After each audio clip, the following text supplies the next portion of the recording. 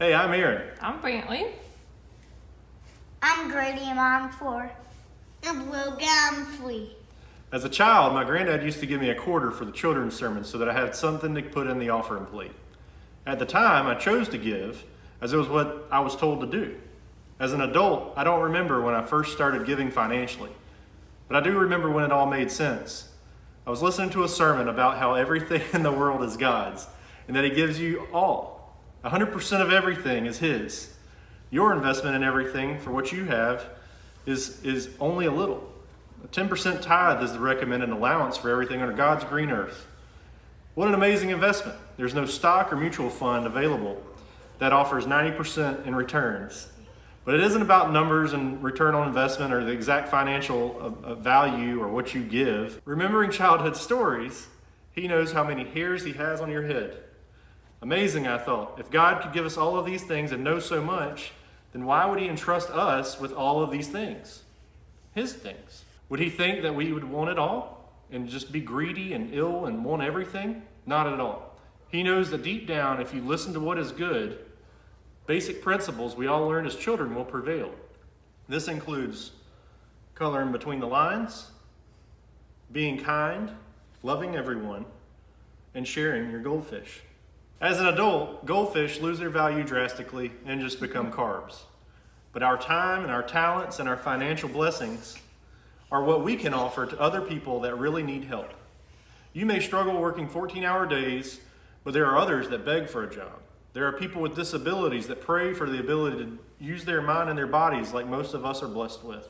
More commonly, though, there are always beggars, where we mostly go to bed with full bellies and a roof over our head every night. Thinking of this, I thought, how dare you keep all that to yourself? It isn't because the Bible tells me to do it. It is because it is the right thing to do. Am I generous? I'm not sure. But I know that as my time, talent, and financial blessings grow, I plan to share that with God's people. And the easiest way to help distribute that is through giving to a church.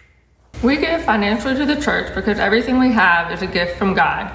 Nothing I have, my abilities, my money, my job, my children, or my house is my own. It is a gift that God has entrusted me with.